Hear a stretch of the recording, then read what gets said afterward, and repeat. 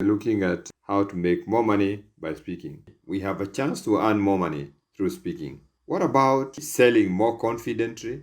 Presenting reports at your workplace better so that you can get a promotion. You present your facts more clearly if you're looking to be elected. If you speak well, you will serve your customers better. Speaking with clarity will help you to lead your team. And if you're a negotiator, you know how critical clarity is in negotiation. If you really want to become a confident speaker, then we must say goodbye to some habits. So let's consider some of the things that good speakers do so that we can learn from them. And the first thing we need to know is that all those good speakers, they embrace the power of preparation. People who truly excel at public speaking, they believe in preparation. They understand that preparation is key to confidence. And this is a concept they take to heart, that you need to be well prepared before you go out. Confident speakers love investing their time in crafting their speeches. It's not because they can't improvise, but because they respect their audience. Yes, when you speak well and people can hear what you do and you take time to prepare, it's because you respect them. They seek to provide value and clarity for every word that they're going to utter. So spending time on preparation helps them to master their material, because the more time you spend preparing, the more you master. They can be able to dive into research, meticulously organize their thoughts, sometimes even rehearse until they are able to deliver the speech naturally as it gets. Preparation allows them to anticipate potential questions or reactions. It's good to get to know, if I say this, what is the reaction of the audience? And that enables them to handle the unexpected turns with a lot of grace. If some interruption comes, if a question is short, if somebody jeers, if somebody does something that's not ordinary, they've thought about it. So confident speakers need thorough preparation, so much that without enough time spent on it, they will obviously experience anxiety, and they might find themselves stumbling over their words, or losing their train of thought, or failing to effectively convey the message. And that is why they spend time prepare. So consider preparing well before taking up a speaking engagement. Go through your material, try to understand your audience, look at what you want to deliver, and also always be ready for impromptu requests. In the place where we live, in the places where we go, it's so natural and so easy just to be told, salimia watu. And when you're told salimia watu, then you have to say something sensible and you have to be ready.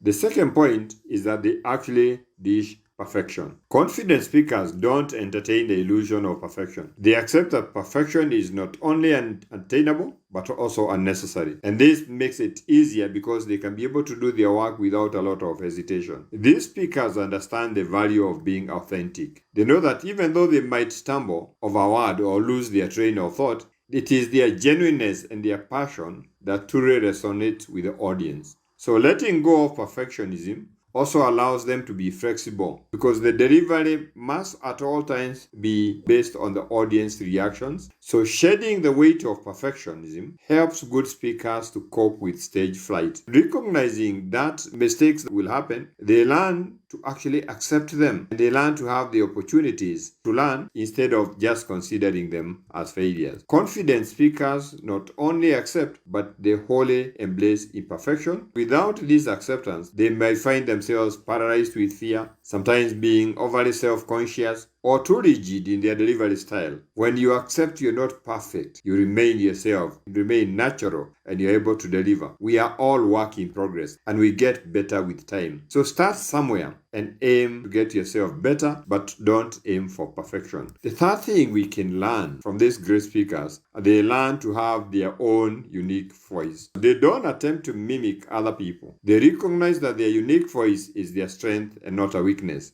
These individuals who are good, they understand their personal experiences, personalized stories, their own perspectives, their communication styles. They make them distinct. So instead of trying to sound like somebody else, they focus on shaping their own narrative. They give their own examples, they give their own insight. And embracing their unique voice allows them to connect with their audience at a deeper level. You don't have to struggle to change your voice. You don't have to change your poise. You don't have to change your delivery method. You become authentic and makes the speeches more relatable and more engaging, because the examples are yours, the situations are yours. Treasuring your unique voice boosts your self-esteem, and you stop comparing yourself with others, because when you compare yourself with others, you don't appreciate your self-worth. So we say, be you, do you, and enjoy.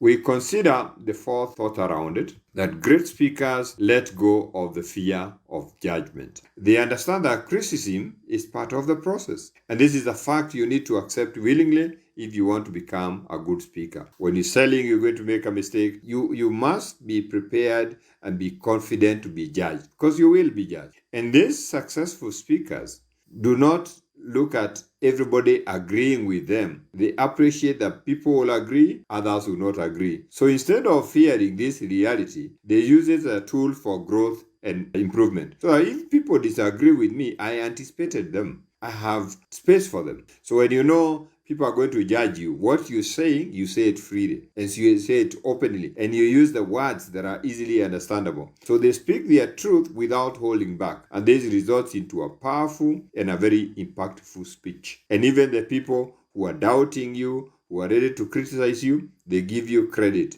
So moreover, overcoming the fear of judgment enhances their resilience, and this makes the speakers better and stronger in the long run. So confident speakers accept and they welcome constructive criticism. You will be criticized, you will be judged, but you should not fear that. After all, without this acceptance, they might find themselves censoring their thoughts, or you dilute your message. Accept to be work in progress and work to better yourself. So let's take on another thought, the fifth thought, that they break away from distraction. Confident speakers don't let distractions derail them. They understand that maintaining focus is crucial, and this is a truth that they want to abide with without failure. Whatever you do as you're preparing, as you're making your speech, distractions are a possibility. So instead of getting frustrated, most good speakers will actually incorporate that interruption in their speech. They can make a joke about the power failure or the slides that are not coming through, and they gracefully move over past that item. Because managing distractions effectively allow good speakers to maintain their composure. So no matter what the disruption is going to be, you need to be able to take it in, and this is going to be helpful, because mastering the art of distractions builds your resilience. Learn to make comments that make distractions look part of your speech. Whatever the distraction, don't take it like it was aimed at you. Take it as something that you can actually be able to move along. Great speakers bid farewell to monotony. Dynamic speakers don't cling to a monotonous delivery. These individuals appreciate the power of altering their tone, their pace, their poise, their volume during a speech. And good speakers who move away from monotony enable themselves to keep their audience engaged. And this is what boosts charisma. It makes the speaker come across as more passionate, enthusiastic. So if you're listening to a speaker like that, you find the message gets very, very compelling.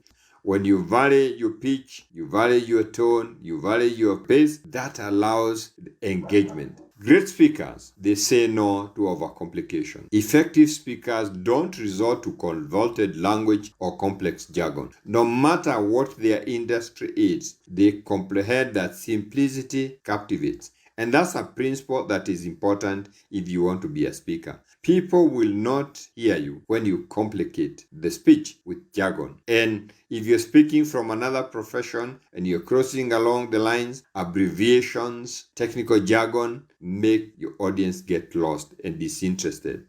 These great speakers understand that the essence of communication lies in being understood. I think that's very, very central. So instead of baffling your audience with complicated terms, these great speakers strive to be clear and concise in the language that they use. You're using the language at the level of your audience. They can understand what you're looking for. So resisting overcomplication enables these great speakers to convey their ideas effectively, and their messages are easily digestible, making these speeches more impactful and memorable because the audience can relate, the audience can understand. Choosing simplicity over complexity enhances their credibility. When you become complicated, people think there's something that you're trying to hide in your speech. These speakers come across as people who are approachable, relatable. This builds trust and rapport with the audience. What else would you be looking for when you're speaking than actually building trust and rapport with the audience? And by not being complicated,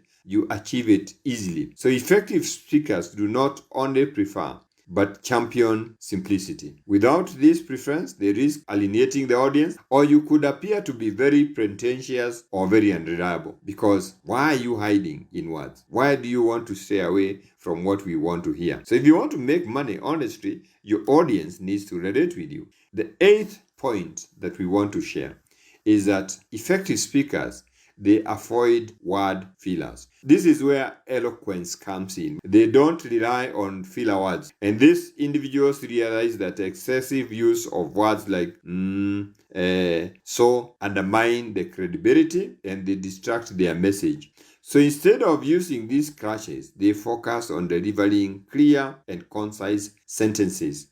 Steering clear of filter words enhances articulation. And this is why for great speakers, their speeches become more fluid, more coherent, more persuasive, and they leave a lasting impression on the audience because it's flowing, it's coherent, it's very persuasive.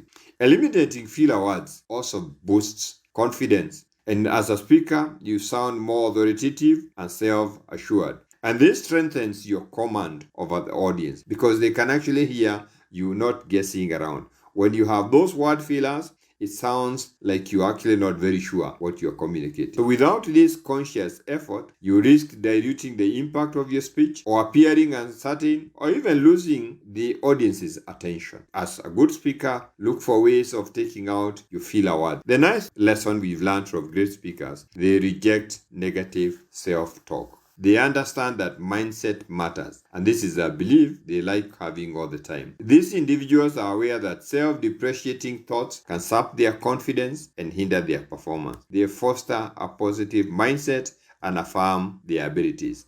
A lot of people unknowingly get the audience to hear that negative talk. You actually own up, oh, I wasn't prepared, I was not the main speaker. All those things you are taking away from yourself, you're not adding yourself. When you have negative thought, you are setting yourself up for stage fright. The audience doesn't know that you were told last night that you weren't prepared unless you told them. And why are you telling them?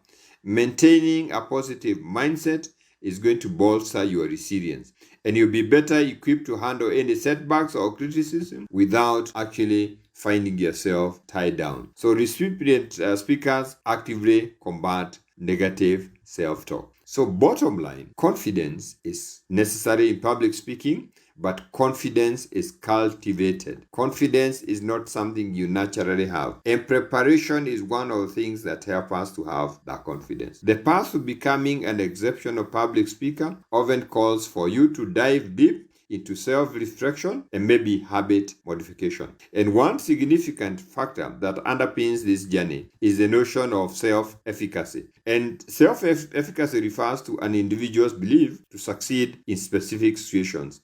That you tell yourself, in this situation, I'll succeed. And this concept plays a pivotal role in how you approach your goals, your tasks, and your challenges. So for those striving to become confident speakers, self-efficacy is a linchpin. By saying goodbye to counterproductive habits and nurturing very healthy ones, you will be building on your self-efficacy and you reinforce your belief and you set yourself for success. Whether it is meticulous preparation, embracing your unique voice, bidding farewell to perfectionism, or rejecting negative self-talk, every step taken contributes to cultivating the much needed confidence. And when you have confidence, you will be able to deliver. Every speech delivered, every habit changed, every setback overcome is not only enhancing your performance, but fortifying your self-efficacy. And after all, confidence isn't simply acquired, it is cultivated. This area of public speaking, how do I monetize it? How can I convert it to money?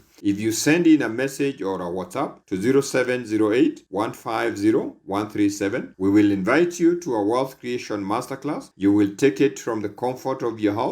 Give yourself a chance. If you don't have the time to come and you want to read this concept, then you can get yourself a copy of the book that I've authored, Wallet Words. And it's got good stuff in a lot of these things that we are discussing. The book is called Wallet Words by Wahome Ngari.